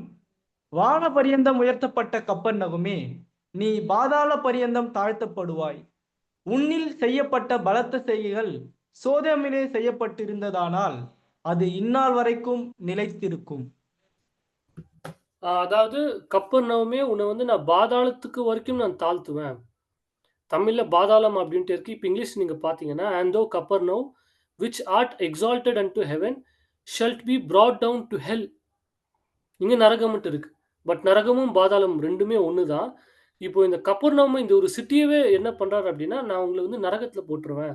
அதாவது பாதாளத்துல போட்டுருவேன் அப்படின்னு சொல்லும்போது, என்ன ஒரு அர்த்தம்னா, இந்த ஒரு கப்பர்நகூம் அப்படின்ற ஒரு இடம் வந்து இருந்துச்சு. இயேசு கிறிஸ்து இருந்த டைம்ல கூட கப்பர்நகூம்ல வந்து நிறைய ஊழியங்கள வந்து இயேசு கிறிஸ்து செஞ்சிருக்கிறாரு. ஆனா இவங்க என்ன பண்ணல அப்படின்னா, இயேசு கிறிஸ்துவ ஏற்றுக்கொள்ளல. அததான் வந்து இங்க சொல்றாரு. உங்க இடத்துல நான் பண்ண ஊழியத்த வேற எங்கேயாச்சும் பண்ணியிருந்தா கூட அங்க வந்து ஃப்ரூட் குடுத்திருப்பாங்க. ஆனா நீங்க வந்து அதாவது சோடோம்க்கு கம்பேர் பண்ணி பேசுறாரு. சோடோம் கொமோராவுடைய ஸ்டோரி வந்து நம்ம எல்லாருக்கும் யூசுவலா தெரிஞ்சிருக்கும். சோடோம் கொமோரா வந்து நெருப்ப வச்சு தேவன் வந்து அழிக்கிறாரு. நான் உங்க இடத்துல பண்ண ஊழியத்த நான் போயிட்டு சோடோம்ல பண்ணியிருந்தேன்னா, அட்லீஸ்ட் கேட்டிருப்பாங்க. அவங்க ஃபேத் வச்சிருப்பாங்க. பிலீவ் பண்ணியிருப்பாங்க. ஆனா நீங்க வந்து சுத்தமா நம்பவே இல்ல. அதனால கண்டிப்பா நீங்க வந்து ஹெல்லுக்கு போயிடுவீங்க. அதாவது பாதாளத்துக்கு போயிடுவீங்க அப்படின்னு சொல்றாரு. அதே மாதிரி கப்பர்நகூம் அப்படின்ற ஒரு ஊரே வந்து அழிஞ்சு போச்சு. கம்ப்ளீட்டா டிஸ்ட்ராய் ஆயிடுச்சு. இப்போ கூட கப்பர்நகூம் அப்படின்ற ஊரே வந்து இல்ல. இது அழிஞ்சு போன இப்ப நீங்க இன்டர்நெட்ல கூட கப்பர்நகூம்னு நீங்க போய் அடிச்சீங்கன்னா, அந்த அழிஞ்சு போன இடத்த தான் அந்த இமேஜஸா காமிப்பாங்க. ஏன்னா இப்ப அங்க யாருமே தங்குறதில்ல. அந்த ஒரு ஊரே வந்து அழிஞ்சு போச்சு. ஸோ இங்க ஹெல்ன்ட்டு போட்டிருக்காரு இல்லையா? I will bring you down to hell. அதாவது பாதாளம், நரகத்து வரைக்கும் உன்ன நான் போட்டுருவேன்னு சொல்லும்போது, அது எத குறிக்குது அப்டின்னா, உங்கள நான் அழிச்சிடுவேன். ஒரு ஸ்டேட் ஆஃப் நான் எக்ஸிஸ்டன்ஸ். அதாவது உங்கள கம்ப்ளீட்டா வந்து நான் எடுத்துடுவேன். அதுதான் வந்து இது குறிக்குது. இப்போ கிரேவ் ஒரு கல்லறை அல்லது பாதாளம் அல்லது ஹெல் என்ற ஒரு கான்செப்டே பைபிள் பிரகாரம் வந்து என்னன்னா, உங்கள நான் இல்லாம ஆக்கிடுவேன். உங்கள நான் அழிச்சிடுவேன். அவ்வளோதான். ஒரு ஸ்டேட் ஆஃப் டெத். இப்போ இவ்வளோ நேரம் வந்து அந்த ஹேடஸோடைய வார்த்தை தான் நம்ம பார்த்துட்டு இருக்கோம். ஏன்னா இந்த ஹெல்ன்ட்டு இங்க இருக்கு இல்லைங்களா? இதோடைய ஒரிஜினல் கிரீக் வேர்ட் வந்து ஹேடஸ். ஹேடஸ்லேருந்து தான் ஹெல் அப்படின்ட்டு டிரான்ஸ்லேட் பண்ணியிருக்காங்க. அந்த ஹேடஸ் அந்த வார்த்தைக்கான அர்த்தத்தை தான் நம்ம வந்து பார்த்துட்டு வரோம். ஸோ இது நத்திங் பட் இந்த ஹேடஸ் அப்படின்ற வார்த்தைக்கான அர்த்தம் என்னன்னா ஒரு கல்லறை. ஷியோல் மாதிரி தான். ஸோ இப்போ நீங்க பார்த்தீங்கன்னா இதுதான் கப்பர்நௌம். இப்போ இருக்கக்கூடிய கப்பர்நௌம். கம்ப்ளீட்டா அழிஞ்சு போயிருக்கு. அங்க யாருமே வாழ்றது இல்ல. கம்ப்ளீட்டா அழிஞ்சு போன ஒரு இடம்.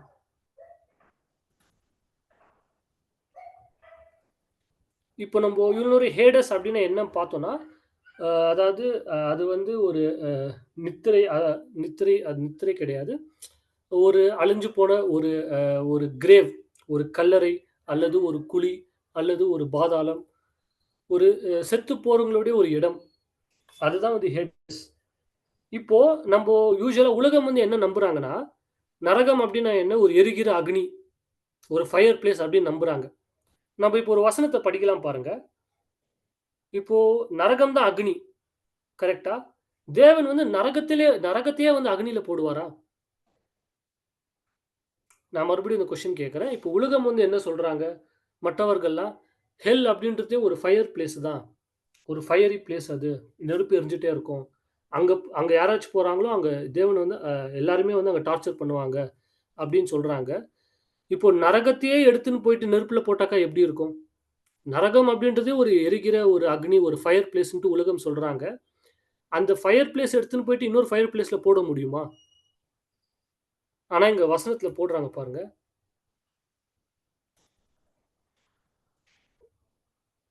ஓகே. அதுக்கு முன்னாடி ஓகே இன்னொரு விஷயத்த வந்து சொல்லிர்றேன். இப்ப நம்போ இவ்வளோ நேரம் அந்த நரகம், அந்த ஒரு ஹெல் பத்தி நம்ம பார்த்துட்டு வந்தோம். அதுக்கு முன்னாடி கூட நான் ஒரு விஷயத்த வந்து சொன்னேன். அதாவது அந்த சிபேரியன் சவுண்ட்ஸ், அந்த சிபேரியன் சவுண்ட் ஆஃப் ஹெல். அதாவது அவங்க வந்து ரஷ்யன்ஸ் எல்லாம் அத தோண்டுனாங்க இல்லையா? தோண்டும்போது அவங்களுக்கு வந்து இது கிடைச்சுச்சு. என்னதுன்னா அந்த சவுண்டு. எல்லாரும் கத்துற மாதிரி, எல்லாருமே வந்து வேதனைப்படுற மாதிரிலாம் சவுண்டு கிடைச்சுச்சு. அத ரெக்கார்ட் பண்ணி அது ரொம்ப வைரலா போச்சு. இப்போ நம்ம பைபிள் பிரகாரம் என்ன பார்த்துட்டோம்? நரகம் அப்படின்ற ஒரு இடமே கிடையாது. நரகம் அப்படின்ற ஒரு வார்த்தைக்கான அர்த்தமே என்னன்னா, அது வந்து ஒண்ணும் இல்ல கல்லறை, ஒரு கிரேவ். பட் அப்போ இந்த சவுண்ட்லாம் எப்படி ரெக்கார்ட் பண்ணாங்க? எப்படி அந்த ஒரு சவுண்ட் வந்து ரெக்கார்ட் பண்ணாங்க? ஏன்னா, அதுவே சர்ச்ல இருக்கக்கூடிய பாஸ்டர்ஸ் வந்து அதுவே வந்து ஒரு ப்ரூஃபா யூஸ் பண்ணாங்க. ப்ரீச் பண்றதுக்கு. நரகம் அப்படின்ற ஒரு இடம் வந்து இருக்கு பார்த்தீங்களா? நாங்க சொல்லும்போது நீங்க நம்பல அப்டின்ட்டு. அத யூஸ் பண்ணியே ப்ரீச் பண்ணாங்க. இப்போ நரகம் அப்படின்ற ஒரு எரிகிற அக்னி ஒரு இடமே கிடையாதுப்பா அப்படின்னு சொல்லும்போது, அப்போ அந்த சவுண்ட்லாம் வந்துச்சு. அதெல்லாம் எங்கருந்து வந்துச்சு? எப்படி அந்த சவுண்ட் ரெக்கார்ட் பண்ணாங்க? அப்படின்னு நம்ம பார்த்தாக்கா, அது ஆக்சுவலா அது வந்து ஃபேக். அது ஃபேக்கான ஒரு ரெக்கார்டிங். அது லேட்டரா ப்ரூவ் பண்ணிட்டாங்க. இல்ல, இல்ல இது வந்து ஃபேக்கு. இது ஜஸ்ட் ஜனங்கள நம்ப வைக்கிறதுக்கு, ஜனங்கள ஏமாத்துறதுக்கு அவங்க பண்ண ஒரு விஷயம்.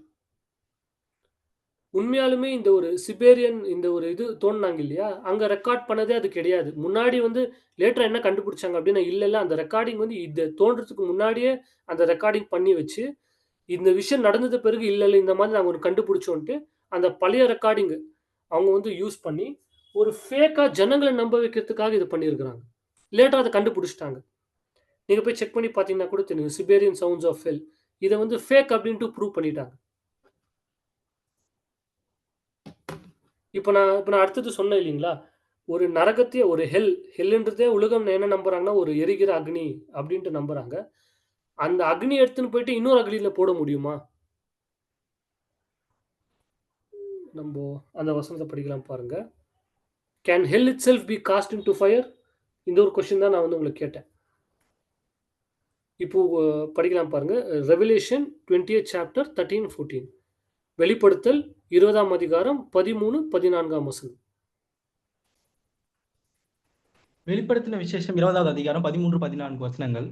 சமுத்திரம் தன்னிலுள்ள மரித்தோரை ஒப்புவித்தது. மரணமும் பாதாளமும் தங்களில் உள்ள மரித்தோரை ஒப்புவித்தன. யாவரும் தங்கள் தங்கள் கிரியைகளின்படியே நியாயம் தீர்ப்படைந்தார்கள். அப்பொழுது மரணமும் பாதாளமும் அக்கினி கடலிலே தள்ளப்பட்டன. இது இரண்டாம் மரணம். ஓகே. இங்க என்ன வசனம் இருக்குன்னா, தமிழ்ல எப்படி இருந்துச்சுன்னா, மரணமும் பாதாளமும் அந்த அக்னி கடலிலே போடப்பட்டாச்சு. இதுவே இரண்டாம் மரணம். இதுவே வந்து நீங்க இங்கிலீஷ்ல பார்த்தீங்கன்னா, death and hell were cast into the lake of fire. எப்படி? Death and hell were cast into the lake of fire. இப்போ உலகம் என்ன சொல்றாங்க? ஹெல் அப்படின்றதே வந்து ஒரு ஃபயர் தான் அப்படின்ட்டு சொல்றாங்க. இப்போ அவங்க சொல்ற பிரகாரம் நம்ம பார்த்தோம்னா, எப்படி ஃபயர் எடுத்துன்னு போயிட்டு இன்னொரு ஃபயர்ல போடுறாராம் தேவன். வாய்ப்பு இருக்கு. அப்படி பண்ண முடியுமா? ஆல்ரெடி ஹெல்ன்றதே ஃபயர் தான் அவங்க சொல்ற மாதிரி. பட் அந்த ஃபயர் எடுத்துன்னு போயிட்டு இன்னொரு ஃபயர் லேக் ஆஃப் ஃபயர்ல போட முடியுமா? இங்க வசனம் அப்படிதானே இருக்கு. அவங்க சொல்றத பார்த்தாக்கா. அப்படி வாய்ப்பே கிடையாதே. அப்ப இந்த வசனம் வந்து ரொம்ப இடிக்குதே. சகோதர, சகோதரி இங்க தான் வந்து நம்ம அண்டர்ஸ்டாண்ட் பண்ணணும். இப்போ இங்க என்ன சொல்ல வர்றாரு அப்படின்னா, வெளிப்படுத்தல் அப்படின்ற ஒரு விஷயமே எப்படிப்பட்ட ஒரு புஸ்தகம் அப்படின்னா சிம்பல்ஸ். வெளிப்படுத்தல இருக்கக்கூடிய விஷயங்கள் எல்லாமே அடையாளமா தேவன் சொல்லியிருப்பாரு. ஒரு சிம்பாலிக் லாங்குவேஜ். நம்ம 10 மெத்தட்ஸ் ஆஃப் பைபிள் ஸ்டடியில படிக்கும்போது கூட அதுல ஒரு மெத்தட் வந்து என்னன்னா சிம்பாலிக் லாங்குவேஜ். அதுல இது முக்கியமா இதை நம்ம பார்க்கும்போது டெத் அண்ட் ஹெல். இப்போ ஹெல்ன்ற வார்த்தை கிளியரா நம்ம அர்த்தத்தை பார்த்துட்டோம். ஹெல்லுனா என்ன? ஒரு கிரேவ், ஒரு கல்லறை. ஸோ தேவன் என்ன பண்றாரா, மரணத்தையும் பாதாளத்தையும் எடுத்துன்னு போயிட்டு லேக் ஆஃப் ஃபயர் எரிகிற அக்னியில போடுறாராம். அப்போ லிட்ரலாவே மரணத்தை எப்படி எடுத்துன்னு போயிட்டு அக்னியில போட முடியும்? மரணம் அப்படின்றது ஒரு மனுஷனா? கிடையாதே. அல்லது பாதாளம் அப்படின்றது ஒரு மனுஷனா? கிடையாதே. ஒரு மனுஷன் எடுத்துன்னு போயிட்டு தான் அக்னியில போட முடியும். பட் இங்க என்ன சொல்றாரு? மரணத்தையும் பாதாளத்தையும் எடுத்துன்னு போயிட்டு நான் எரிகிற அக்னியில போடுவேன் அப்படின்ட்டு சொல்றாரு. ஸோ இங்க என்ன சொல்ல வராரு? நான் உங்களுக்கு ஒரு க்ளூ கொடுத்துட்டேன். அதாவது என்னன்னா, ரெவலேஷன் அப்படின்ற புக்கே ஒரு சிம்பாலிக்கான ஒரு புக். அடையாள பாஷை. சிம்பாலிக் லாங்குவேஜ்ல தான் நிறைய விஷயங்களே பேசியிருப்பாரு. இங்க என்ன சொல்ல வராரு? நீங்க யாராச்சும் கெஸ் பண்றீங்களா? அதாவது மரணத்தையும், பாதாளத்தையும் எடுத்துன்னு போயிட்டு லேக் ஆஃப் ஃபயர்ல வந்து போட்டுறாரு. இப்ப இங்க என்ன சொல்ல வராரு?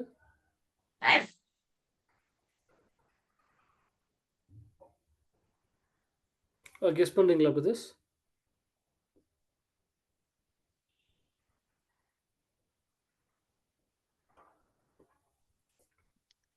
ரெண்டாவது வாட்டி உலகத்தை அழிக்கும் போது ஃபயர்ல தான் அழிப்பாங்களா பிரதர்? அந்த இதை சொல்லிட்டு இருக்காங்களா? ஓகே. மோஸ்ட்லி அத சொல்றாங்களா அப்படின்ட்டு சொல்றீங்க. Okay, okay. Fine brother. Okay. Thanks. இப்போ நீங்க சொல்லும்போது பார்த்தீங்கன்னா கூட ஜனங்கள தான் அழிப்பேன்னாரு. ஆனா இங்க வந்து மரணத்தையும், பாதாளத்தையும் எடுத்துன்னு போயிட்டு போட்டுறேன் அப்படின்றாரு. இப்போ மரணம்ன்றது என்ன? ஆல்ரெடி செத்து போயிட்டாங்க. செத்தவங்கள எடுத்துன்னு போயிட்டு அல்லது இப்போ மரணத்தையும் எடுத்துன்னு போயிட்டு போட்டுறேன்றாரு லேக் ஆஃப் ஃபயர்ல. என்ன சொல்ல வராரு? Basically, it means death will be destroyed forever. Exactly sister. Thank you sister. So அந்த ஒரு ஹிண்ட்ட சிஸ்டர் புடிச்சிட்டாங்க. அதாவது இங்க ரெவலேஷன் இந்த வெளிப்படுத்தலே என்ன ஒரு விஷயம் அப்படின்னா, ஒரு சிம்பாலிக் லாங்குவேஜ் தான். இந்த சிம்பாலிக் லாங்குவேஜ்ல வந்து தேவன் வந்து இங்க என்ன சொல்ல வராருன்னா, இந்த ஒரு வெளிப்படுத்தல் இந்த ஒரு ரெவலேஷன் புக்ல டெத் அண்ட் ஹெல். டெத் அப்படின்னும்போது இப்ப எல்லாருமே மரிக்கிறாங்க. எல்லாருமே செத்து போறாங்க. இப்ப ஹெல் அப்படின்னும்போது செத்து போனவங்கள எடுத்துட்டு போயிட்டு எங்க போடுவாங்க? இப்ப ஹெல்ன்ற ஒரு வார்த்தைக்கான அர்த்தத்த நம்ம பார்த்தோம். ஒரு கல்லறை, ஒரு கிரேவ். எல்லாருமே எடுத்துன்னு போயிட்டு கிரேவ்ல தான் போடுவாங்க. இந்த 2 விஷயத்தையும் நான் எடுத்துன்னு போயிட்டு லேக் ஆஃப் ஃபயர்ல போட்டுருவேன். லேக் ஆஃப் ஃபயர் அப்படின்றது சிம்பாலிக் லாங்குவேஜ். அடையாள பாஷையில என்ன அர்த்தம்னா, டிஸ்ட்ரக்ஷன். ஒரு அழிவு. டிஸ்ட்ரக்ஷன தான் வந்து இந்த லேக் ஆஃப் ஃபயர் வந்து குறிக்குது. ஏன்னா ஃபயர் வந்து என்ன பண்ணும்? ஒரு விஷயத்த வந்து நம்ம ஃபயர்ல போட்டா என்ன ஆகும்? அது கம்ப்ளீட்டா அழிஞ்சு போயிடும். இப்போ இந்த வசனம் வந்து என்ன சொல்லுது அப்படின்னா, தேவன் என்ன பண்ண போறாருன்னா, மரணத்தையும் மற்றும் அந்த பாதாளம், அதாவது கல்லறை, அத 2த்தையும் வந்து தேவன் அழிச்சு போட்டுருவாரு. அப்படின்ற ஒரு விஷயத்த தான் இந்த வசனமானது வந்து சொல்லுது. இதுவே 2ஆம் மரணம். இப்போ இந்த 2ஆம் மரணம் அப்படின்ற ஒரு கான்செப்ட் இருக்கு இல்லையா? இப்போ 2ஆம் மரணம் அப்படின்ட்டு சொல்றாரு. அப்போ 1ஆம் மரணம் என்றால் என்ன? அது கூட நமக்கு ஒரு கொஸ்டின் வருது. திஸ் இஸ் த செகண்ட் டெத்ன்னு சொல்லும்போது, what is the first death? What is the first death? First death என்னன்றத கண்டுபிடிச்சா தான், செகண்ட் டெத்தை வந்து நம்மளால கண்டுபிடிக்க முடியும். இதை பற்றி தான் நம்ம வந்து எந்த வார்த்தையில் பார்க்க போகிறோம் அப்படின்னா, நம்ம அடுத்தது போகலாம். நம்ம வந்து கிரீக் வேர்டில் வந்து அதாவது நியூ டெஸ்டிமெண்ட்ல இந்த நரகம் அப்படின்றது 3 கிரீக் வேர்டு வந்து டிரான்ஸ்லேட் பண்ணப்பட்டிருக்கு. ஒன்று வந்து ஹேடஸ். இவ்வளோ நேரமாக நம்ம ஹேடஸ் பற்றி தான் பார்த்தோம். இன்னும் 2 வார்த்தைகள் இருக்கு. டார்டாரு மற்றும் கெஹனா. டார்டாரு மற்றும் கெஹனா. இந்த ஒரு கெஹனான்ட்டு இருக்கு இல்லையா, இந்த ஒரு வார்த்தையை பற்றி படிக்கும் போது தான் அந்த செகண்ட் டெத், இரண்டாம் மரணம் என்றால் என்ன அப்படின்ட்டு நம்ம வந்து கண்டுபிடிக்க போகிறோம். இப்போ இங்கே செகண்ட் டெத்துன்னு சொல்லிட்டாரு. அப்போது ஃபர்ஸ்ட் டெத் இருந்திருக்குது, அதுக்கப்புறமா தான் செகண்ட் டெத் வருது. ஸோ ஃபர்ஸ்ட் டெத் என்ன, ஃபர்ஸ்ட் டெத் என்னன்ட்டு நம்ம கண்டுபிடிச்சிட்டோம்னா செகண்ட் டெத்தை நம்ம ஈஸியாக கண்டுபிடிச்சிடலாம். ஸோ இந்த 2 விஷயத்தையும் வந்து நம்ம கண்டுபிடிக்க போகிறோம். எந்த வார்த்தையை ஸ்டடி பண்ணும்போது அப்படின்னா கெஹனா. கெஹனா அப்படின்ற ஒரு வார்த்தையை வந்து நம்ம ஸ்டடி பண்ணும்போது. சரி, இந்த டார்டரு அப்படின்ட்டு இருக்கு இல்லைங்களா, இந்த வார்த்தையை வந்து ஒரு வசனத்தை வந்து நம்ம படிக்கலாம். இந்த வார்த்தைக்கு ஒரு நிமிஷம் அந்த வசனத்தை கொடுக்குறேன்.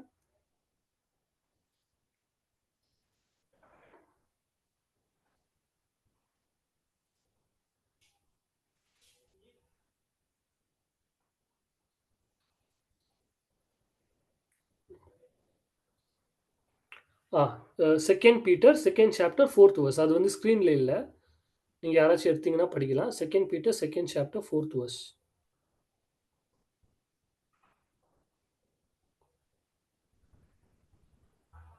ரெண்டு பேதுரு 2ஆம் அதிகாரம் 4வது வசனம். பாவம் செய்த தூதர்களை தேவன் தப்பவிடாமல் அந்தகார சங்கிலியினாலே கட்டி நரகத்திலே தள்ளி நியாய தீர்ப்புக்கு வைக்கப்பட்டவர்களாக ஒப்பு கொடுத்து. அதாவது பாவம் செய்த தூதர்கள், தி ஏஞ்சல்ஸ் who have sinned. யார் அந்த பாவம் செய்த தூதர்கள்? கெட்டு போன தேவதூதர்கள். இவங்க வந்து எந்த இடத்துல வராங்க பிரதர்? நோவா காலத்துல வருவாங்க brother. Thank you brother. So Noah காலத்துல வர அந்த கெட்டு போன தூதர்கள், விழுந்து போன தூதர்கள், ஃபாலன் ஏஞ்சல்ஸ், இவங்களை தேவன் எங்க போட்டுறாரா? நரகத்துல போடுறாரா.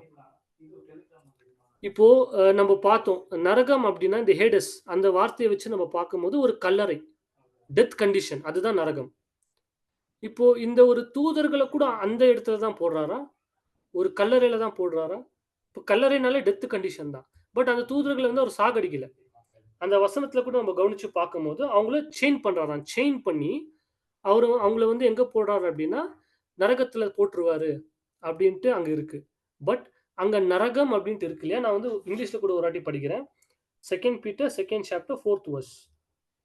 For if God did not spare angels when they sinned, but sent them to hell, putting them in gloomy dungeons to be held for judgment. Sent them to hell, நரகத்துல அவங்கள போட்டுட்டாரு. Putting them into gloomy dungeons to be held for judgment. நரகத்துல போட்டுட்டு அவங்கள கட்டி வச்சிருக்கிறாங்க. எது வரைக்கும் அப்படின்னா அந்த ஜட்ஜ்மெண்ட் டே, அதாவது இயேசு கிறிஸ்து வர வரைக்கும் அவங்கள வந்து கட்டி வச்சிருக்கிறேன் அப்படின்ட்டு தான் இங்க வசனம் வந்து இருக்கு.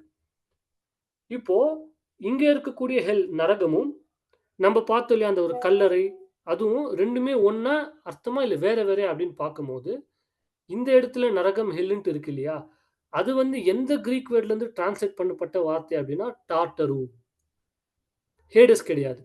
ஹேடஸ்னா தான் கிரேவ், பிட், அதாவது கல்லறை, பாதாளம் அப்படின்னு பார்த்தோம். பட் இங்க இந்த தூதர்களை பத்தி பார்க்கும்போது அது டிரான்ஸ்லேட் எந்த ஒரு வார்த்தையிலேருந்து டிரான்ஸ்லேட் பண்ணப்பட்ட வார்த்தை அப்படின்னா டார்டரு. இந்த கிரீக் வேர்ட்ல இருந்து தான் அங்க வந்து ஹெல் அப்படின்ட்டு டிரான்ஸ்லேட் பண்ணியிருக்காங்க.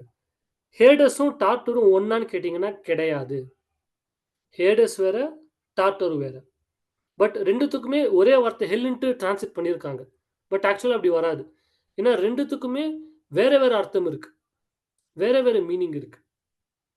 ஸோ டார்டரு என்ன அப்படின்றத நம்ம என்ன பண்ண போறோம் அப்படின்னா நெக்ஸ்ட் கிளாஸ்ல பார்க்க போறோம். அதே மாதிரி கெஹனா.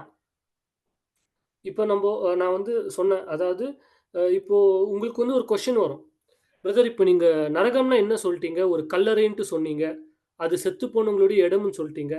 ஆனா கிறிஸ்டியானிட்டியில் நீங்க பார்த்தீங்கனாலே நரகம் அப்படின்றது எரிகிற அக்னின்னு சொல்றாங்க இல்லையா, அது எப்படி சொல்றாங்க அப்படின்னு கேட்டாக்கா, வெளிப்படுத்தல சில வசனங்கள் இருக்கு. இப்ப நீங்க பார்த்தீங்கன்னா, லேக் ஆஃப் ஃபயர். இப்ப இந்த லேக் ஆஃப் ஃபயர்னால என்னதான்? எரிகிற அக்னி. ஒரு ஃபயரி பிளேஸ். இந்த மாதிரி சில வசனங்கள வச்சு தான், நரகம் அப்படின்னா ஒரு எரிகிற அக்னி அப்படின்ட்டு எல்லாரும் சொல்றாங்க. இப்போ நமக்கு ஒரு கொஸ்டின் வரும். இப்போ இந்த மாதிரி வசனங்கள் வச்சு தானே சொல்றாங்க. அப்போ நரகம் அப்படின்ற ஒரு இடம் வந்து இருக்குதானே? அப்படின்ற ஒரு கேள்வி கூட நமக்கு வரலாம். ஆனா ஆக்சுவலி இது எல்லாமே அடையாள பாஷை. ஒரு சிம்பாலிக்கான ஒரு லாங்குவேஜ். இது சிம்பாலிக்கான லாங்குவேஜ டைரக்ட்டா எடுத்து தான் அவங்க என்ன சொல்றாங்கன்னா, இல்ல லேக் ஆஃப் ஃபயர் இருக்கு. அப்படின்ட்டு அவங்க சொல்றாங்க. பட் நம்ம இத பத்தி தான் இந்த ஒரு விஷயத்த பத்தி தான் டீட்டெயிலா நம்ம எங்க ஸ்டடி பண்ண போறோம் அப்படின்னா, கெஹென்னா. இந்த ஒரு கெஹென்னான்ற ஒரு வார்த்தை இருக்கு இல்லையா? இந்த கிரீக்கோட நம்ம ஸ்டடி பண்ணும்போது தான், இந்த லேக் ஆஃப் ஃபயர்னா என்ன? செகண்ட் டெத் முக்கியமா செகண்ட் டெத்னா என்ன? அப்படின்ற ஒரு விஷயத்தெல்லாம் நம்ம வந்து கண்டுபிடிக்க போறோம். ஸோ இன்னும் டீட்டெயிலா நம்ம வந்து அடுத்த கிளாஸ்ல வந்து இந்த ஒரு விஷயங்களா பார்த்து, நம்ம ஒரு கிளாரிஃபிகேஷனுக்குள்ள நம்ம வரலாம். ஸோ உங்களுக்கு நிறைய டவுட்ஸ் கூட இருக்க வாய்ப்பு இருக்கு. ஸோ அந்த டவுட்ஸ்லாம் அப்படியே வச்சுக்கோங்க. நம்ம வந்து நெக்ஸ்ட் கிளாஸ் முடியும்போது கூட நம்ம வந்து செப்பரேட்டா டவுட் செஷன் கூட நம்ம வச்சுக்கலாம்.